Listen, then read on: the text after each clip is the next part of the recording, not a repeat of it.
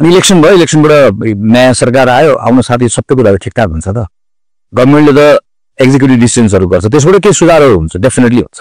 तर हाम्रो प्रब्लम यति कम्प्लेक्स छ, यति कम्प्लिकेटेड छ, कतिपय कुरा यति स्ट्रक्चरल छ, यो सानसानो कार्यकारी डिसिजन्समा त हामीले सोचेको जस्तो सुधारहरू हुँदैन। नमस्ते, धेरै दिनपछि एउटा भिडियो लिएर आएको छु। पहिले म भनिहालेँ, यो भिडियो अहिले मेरो पार्टीभित्र चलिरहेको यहाँको विवाद, यहाँको विषयको बारेमा होइन। तपाईँले अन्तिमसम्म हेर्नुभयो भने तपाईँलाई पक्कै पनि लाग्छ यो तपाईँको पनि इन्ट्रेस्टको विषय हो, मेरो पनि इन्ट्रेस्टको विषय लाग्छ। त्यसैले मेरो अनुरोध छ, अलिकति थोरै लामो होला तर यसलाई एकचोटि ध्यान दिएर सुनिदिनु होला भन्ने मेरो रिक्वेस्ट छ। पहिलो कुरा त आज नयाँ वर्षको पहिलो दिन तपाईँहरू सबैलाई शुभकामना छ। यो शुभकामना हामी सबैलाई, इलेक्सन अनाउन्स भएको छ, इलेक्सन फ्री फेयर होस्, हामी सबैले सहभागी गरी इलेक्सनलाई सफल बनाऊ, सबैलाई शुभकामना छ। बिचमा नयाँ ध्रुवीकरणहरू भएको छ, नयाँ दल पुरानो दल सबैले चुनावी माहौललाई मद्दत पुर्याएको छ र चुनाव हुने कुरालाई मद्दत पुर्याएको कुरा सबै पोजिटिभ छ, किनकि चुनावले हाम्रो कन्स्टिट्युसनलाई लिकमा लिएर आउँछ। तर यो इलेक्सन भन्दै गरेर एउटा कुराहरू ध्यान दिनुपर्ने छ। इलेक्सन त 2084 मा त्यसै पनि हुन्थ्यो, 2082 मा आयो, इलेक्सन भयो, इलेक्सन हुन्छ, कोही जित्छौँ, कोही हार्छौँ, कोही सरकार बन्छ, कोही सरकारभन्दा बाहिर बस्ने कुराहरू होला, यति मात्रै हो त। सेप्टेम्बर 8 र सेप्टेम्बर 9 को जुन मुभमेन्ट भयो यसमा हाम्रो आफू पनि विचार दृष्टिकोणहरू होला, यसलाई विभिन्न कोणबाट हेर्न सकेला। र एउटा कुरा त हामी कसैले डिनाइ गर्न मिल्दैन, करप्सन एकदमै धेरै भयो, नातावाद कृपावाद, त्यसपछि गएर यो पार्टीहरू हाबी भएर हाम्रो सबै संस्थाहरू पङ्गु भयो, सुशासन बर्बाद भयो, कहीँ कतै पनि ठिकठाक देखिएन, सिस्टमले फङ्सन गरेन, त्यस विरुद्धको ठुलो आक्रोश हुने त। अनि इलेक्सन भयो, इलेक्सनबाट नयाँ सरकार आयो, आउन साथै सबै कुराहरू ठिकठाक हुन्छ त। गभर्मेन्टले त एक्जिक्युटिभ डिसिजन्सहरू गर्छ, त्यसबाट के सुधारहरू हुन्छ, डेफिनेटली हुन्छ। तर हाम्रो प्रब्लम यति कम्प्लेक्स छ, यति कम्प्लिकेटेड छ, कतिपय कुरा यति स्ट्रक्चरल छ, यो सानसानो कार्यकारी डिसिजन्समा त हामीले सोचेको जस्तो सुधारहरू हुँदैन। उदाहरणको लागि अहिलेको समानुपातिक सूचीलाई लिन सकिन्छ। हामी पुरानो दलहरूलाई त आरोपै छ कि हामीले यो समानुपातिक प्रणालीको धज्जी उडाएका छौँ, होइन, पार्टीको लिस्टमा आफ्नो मान्छे राख्ने, खल्तीबाट लिस्ट निकाल्ने गर्दै आएको, यो पटक पनि धेरै सुधारहरू भएन, एउटा भयो। नयाँ पार्टीको नै हाल त त्यही देखियो नि त, जताततै रोवावासी छ, सेलिब्रिटी बनायो, आफ्नो मान्छे बनायो, आफ्नो जिल्लाको मान्छे बनायो, खल्तीबाट साटासाट गरेर बनायो, यस्तो कुराहरू छ। म स्पेसिफिक केस बाई केसमा गएँ, तर आखिर यो पुरानोले गल्ती गर्यो त्यसैले चाहिँ नयाँ हुन्छ, सुधार हुन्छ भन्ने कुरा होइन रहेछ नि त सबै ठाउँमा, सबै केसमा त्यो पनि होइन रहेछ। यसो किन भएको भने हामीले कन्स्टिट्युसन बनाउँदै गर्दाखेरि यो पार्टीको पिआर लिस्टको कन्सेप्ट किन राखेको भने प्रत्यक्ष निर्वाचन प्रणालीबाट जुन पार्लियामेन्ट बन्छ त्यो पार्लियामेन्टमा नेपालको जनसङ्ख्याको जुन रियालिटी छ त्यो रियालिटी त्यहाँ चाहिँ एक्सप्रेस भएन। जस्तो थुप्रै समुदायको प्रतिनिधित्व भएन, त्यसैले समुदायको प्रतिनिधित्व गराउनु पर्यो। तर यो प्रतिनिधित्व गराउँदै गर्दाखेरि पनि पावरफुललाई गराउने होइन, उत्पीडितलाई गराउने, छुटेकोलाई गराउने, सोचेको त यही हो नि त। कन्स्टिट्युसनमा त्यही कुरा लेख्यो, तर कन्स्टिट्युसनमा ठ्याक्कै के गर्न पाइन्छ र के गर्न पाइँदैन लेखेको हुनाले गर्दा त्यो छिद्र जुन छ नि पाल, त्यो पालबाट छिरेर हामीले के गर्ने भयो, यसको व्यापक मिसयुज गर्ने भयो। किनकि यो त हाम्रो नियतमा, हाम्रो विवेकमा छोडिदिएको जस्तो कुरा भयो। भनेपछि यो कुरालाई यत्तिकै छोडिदियो भने भोलि गएर नयाँ इलेक्सन भएर नयाँ गभर्मेन्ट आइसके पछाडि पनि सधैँभरि यस्तै भइराख्ने रहेछ नि त। त्यसो यसको सुधार कसरी गर्ने हो त? जस्तै एउटा उपाय हुनसक्छ, कन्स्टिट्युसनल ब्यारियर। पार्टीको पिआर लिस्टमा कसलाई राख्न पाइँदैन भन्ने बारेमा हामीले कन्स्टिट्युसनमै तोकेर भन्यौँ। जस्तो एकपटक सांसद भइसकेको, एकपटक मन्त्री भइसकेको, राष्ट्रिय सभामा गइसकेको, योलाई बनाउन पाइँदैन। त्यो कन्स्टिट्युसनमा के कुरा राखेपछि त्यसको आधारमा कानुन बन्ने हो। जस्तो हामीले फिलिपिन्समै त्यहाँको अदालतले भनिसके पछाडि त्यहाँको पार्टी लमा रिफर्म गरेर त्यहाँ अहिले सीमान्तकृत र एकदम छुटेको समुदायको मात्र प्रतिनिधित्व हुनुपर्छ भनेर भनेको छ। हाम्रो पनि कोर्टले बोलेको छ, तर कन्स्टिट्युसनमा त्यो कुराको व्यवस्था नभएको हुनाले गर्दाखेरि कानुनमा त्यो कुरा रिफ्लेक्ट भएको छैन। हेर्नुहोस् त, अहिले पावरफुल नेताहरूले के गर्छौँ हामीहरूले भने आफ्नो निर्वाचन जित्नको लागि आफ्नो एउटा क्षेत्रबाट 5 जना 6 जना, जिल्लाबाट 10 जना 11 जना मान्छेहरू राखेको कुरा पुरानो नयाँ सबले गर्यौँ। किन भनेदेखि भने भूगोलको यो व्यवस्थाको प्रतिनिधित्व कसरी गराउने, जनसङ्ख्याको कसरी गराउने भन्ने बारेमा अघि भनेको जस्तै कन्स्टिट्युसनमा ठ्याक्कै ती कुराहरू परेन, जसले गर्दा कानुनमा पनि ती कुराहरू परेन। त्यसैदेखि भने के गर्न सकिएला कि प्रदेशको जिल्लाको प्रतिनिधित्व कसरी गराउने वा यो समानुपातिक निर्वाचन प्रणालीबाट छानिने जुन पिआर लिस्ट बनाएको हुन्छ उनीहरूको पनि टेस्ट हुने विभिन्न तरिकाहरू छ, त्यो कुराको व्यवस्था गर्न सकिएला। अथवा रिजर्भ कन्स्टिट्युन्सीको कुरा होला, 165 निर्वाचन क्षेत्र नै छ, त्यसमध्ये केही रोटेसनको आधारमा केही कन्स्टिट्युन्सी रिजर्भ हुन्छ। त्यो रिजर्भ कन्स्टिट्युन्सीमा कसको मात्रै बीचमा प्रतिस्पर्धा हुन्छ, जुन समुदायको प्रतिनिधित्व गराउनु पर्ने छ। अल्टिमेटली बन्दै गर्दा हाम्रो पार्लियामेन्ट चाहिँ अहिलेको जस्तै समावेशी बन्छ, तर कुनै पनि ठाउँमा नेताहरूले खल्तीबाट राखेर गर्ने कुराको आँट गर्न सक्दैन। तर मैले भनेको यो कुराहरू जबसम्म हामीले संविधानमा केही कुराहरूको सुधार गर्दैनौँ यो कुराहरूको सुधार हुँदैन। त्यसै अर्को उदाहरण दिन्छु।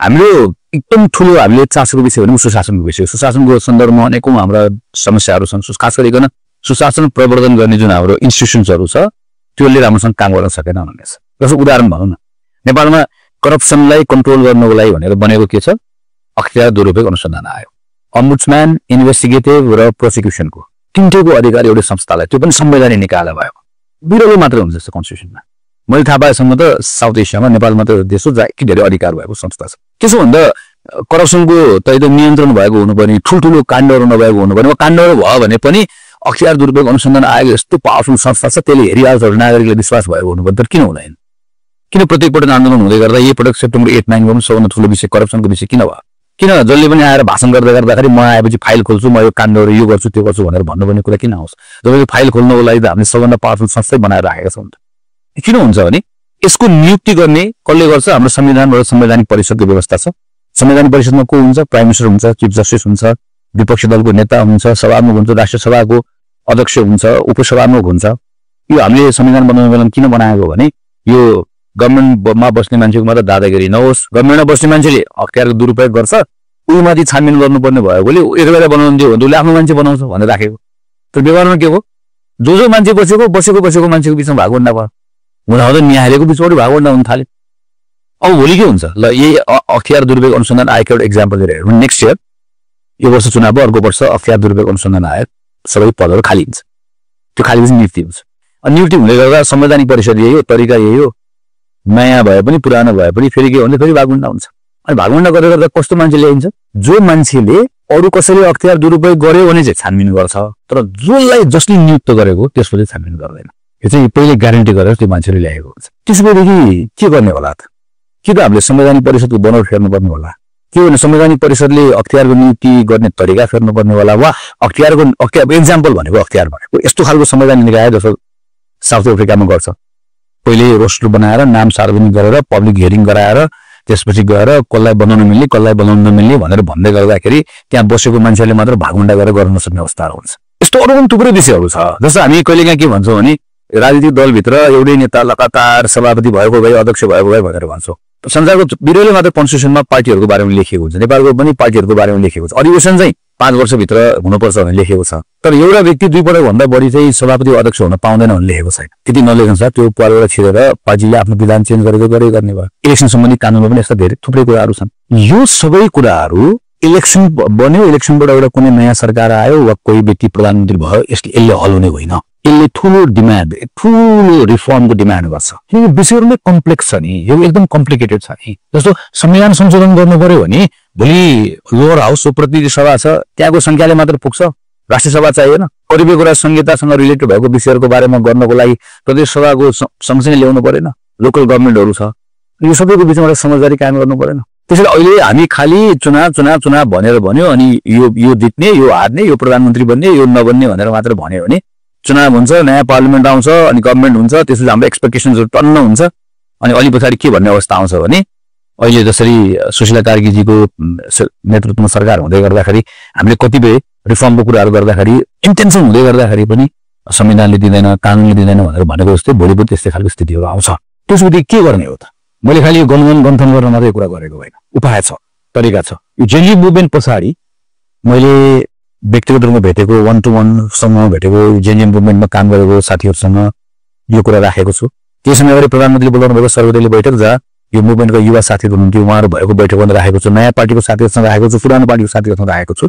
कि हाम्रो बिचमा एउटा चुनावभन्दा अगाडि नै एउटा समझदारी गर्न आवश्यक छ 62-63 को आन्दोलनभन्दा अगाडि ठ्याक्कै यस्तै अवस्था थियो संसदको पुनर्स्थापनाको लागि हामी आन्दोलन गरिरहेका थियौँ तर पार्टीहरूको बिचमा एउटा समझदारी भयो यो संसद पुनर्स्थापित भइसकेपछि पुनर्स्थापित भएको संसदको पहिलो बैठकले एउटा घोषणा गर्नेछ र त्यो घोषणा गरेर के गर्नेछ त भन्दा नेपालको डेमोक्रेसीलाई इन्क्लुसिभ बनाउनेछ हैन हामी समानुपातिक प्रतिनिधित्वलाई सुनिश्चित गर्नेछौँ नेपालको बहुजातीय बहुभाषिक बहुधार्मिक बहुसांस्कृतिक जुन नेपालको बनोट छ ठ्याक्कै त्यसलाई मिल्ने खालको राज्यको हामी संरचना बनाउनेछौँ लगायतका थुप्रै विषय यो एग्रिमेन्ट कसले गरे दलहरूको बिचमा यो एग्रिमेन्ट त्यो बेलाको नागरिक आन्दोलनले गर्यो थुप्रै नागरिक नेताहरू हुनुहुन्थ्यो नागरिक अगुवाहरू हुनुहुन्थ्यो हामी दलहरूलाई बोलाउनु भयो ठाउँ राख्नुभयो नेसनल डायलग गराउनु भयो हाम्रो बिचमा समझदारी गराउनु र समझदारी गराएपछि भोलि हामी पार्लिमेन्टमा आइसकेपछि त्यसलाई हामीले पहिलो बैठकबाटै अनाउन्स हामीले स्वीकार गर्यौँ र त्यही कुरा अहिलेको जुन कन्स्टिट्युसनमा जे कुरा छ भन्छौँ नि हामी त्यो ठ्याक्कै पुनर्स्थापित भएको संसदको पहिलो बैठकले गरेको घोषणा त्यो घोषणालाई क्यारी गरेर अन्तरिम संविधान बन्यो त्यो अन्तरिम संविधानबाट आउँदै आउँदै गएर अहिलेको संविधानमा आएको सबै प्रोग्रेसिभ विषयहरू त्यहीँबाट आएको यसरी बनेको। त्यसैले मैले त्यो बैठकमा पनि भने म अहिले कसलाई अपिल गर्न चाहिरहेको छु खोजिरहेको छु भने म यस्तो नागरिक नेताहरू खोजिरहेको छु, नागरिक अगुवाहरू खोजिरहेको छु। पुरानो पुस्ताको नागरिक नेता नागरिक अगुवाहरू हुनुहुन्छ, मेरो उहाँलाई पनि अनुरोध छ। नयाँ पुस्ताको साथीहरू पनि हुनुहुन्छ, थुप्रै नयाँ साथीहरू आउनु भएको छ। सबै पार्टीमा जाने त होइन होला, सबै चुनाव लड्ने पनि होइन होला। हामी पुरानो पार्टी नयाँ पार्टी हाम्रो बिचको प्रतिस्पर्धा यो एउटा पाटो हो, यसलाई छोड्दैनौँ, यसले आफ्नो कोर्स लिन्छ। हामी लड्छौँ, जित्छौँ, हार्छौँ, आफ्नो पार्टीभित्र पार्टी एउटा पाटो। तर म कसलाई अपिल गर्न खोजिरहेको छु भने पार्टीहरू भन्दा बाहिर रहेर यो जसले यो सेप्टेम्बर 8 र 9 मा व्यक्त भएको गभर्नेन्सको सुधार गर्ने, करप्सन कन्ट्रोल गर्ने, रिफर्म भन्ने कुराहरूको मर्मलाई बोकिराख्नु भएको छ। उहाँ तपाईँहरूले खास गरी अलिकति मेहनत गरिदिनु पर्ने छ। यो बिचमा फरक पोलिटिकल पार्टीलाई एक ठाउँमा ल्याउने, राउन्ड टेबलमा लिएर आउने, नयाँलाई पुरानो हामी सबैलाई हामी एक ठाउँमा आउने। हाम्रो बिचमा पहिला वैश्विक शेरको आन्दोलनको बेलामा गरेको जस्तै आन्दोलनभन्दा अगाडि गरेको जस्तै एउटा समझदारी गर्ने। भोलि इलेक्सन पछि आउने पार्लियामेन्टले गभर्मेन्ट बनाउँछ। तर हामी जोसुकै पार्लियामेन्टमा आयो भने पनि हामी सबै पार्टीहरू मिलेर कम्तीमा हामी यी विषयहरूमा सुधार गर्छौँ। कन्स्टिट्युसनका ठुल्ठुलो सुधारको कुराहरू हामी कहिलेकाहीँ शासकीय स्वरूप भन्छौँ, निर्वाचन प्रणाली ठुल्ठुलो कुराहरू छ। निर्वाचन प्रणाली भनेको ओभरअल कुराहरूको सन्दर्भ, त्यसमा हाम्रो आफ्नो मतहरू छन्, त्यसलाई छोडिदिउँ। तर करप्सन, गभर्नेन्स यो विषयहरूको सन्दर्भमा गर्नुपर्ने संस्थागत सुधारहरूमा संविधानमा के कुराहरू बदल्ने हो, कानुनमा के कुराहरू बदल्ने हो, इन्स्टिट्युसन रिफर्म के गर्ने हो, यो कुराहरूमा त हाम्रो बिचमा अन्डरस्ट्यान्डिङ गर्न सकिन्छ नि। यो बिचमा हाम्रो बिचमा समझदारी गर्न सकिन्छ। त्यसो भयो भने 82 को चुनाव पछाडि आउने पार्लियामेन्टले संविधान पनि संशोधन गर्छ, कानुन पनि संशोधन गर्छ, नयाँ कुराहरू बनाउँछ। अनि त्यसपछि बल्ल सेप्टेम्बर 8 सेप्टेम्बर 9 को त्यहाँभित्र दिएको शहादतको पनि अर्थ हुन्छ। र भोलि जोसुकै आयो सरकार चल्यो भने सरकारले गर्ने राम्रो नराम्रो कामको एउटा पाटो भयो। तर कम्तीमा सुधारहरू त सुनिश्चित हुन्छ। त्यसकारणले गर्दा म यो भिडियोबाट म सिटिजन मुभमेन्टमा लाग्नुभएको साथीहरूलाई अपिल गर्छु, र अरू साथीहरूलाई पनि यो एकतर्फी मैले भने यतिबाट तपाईँहरूको पनि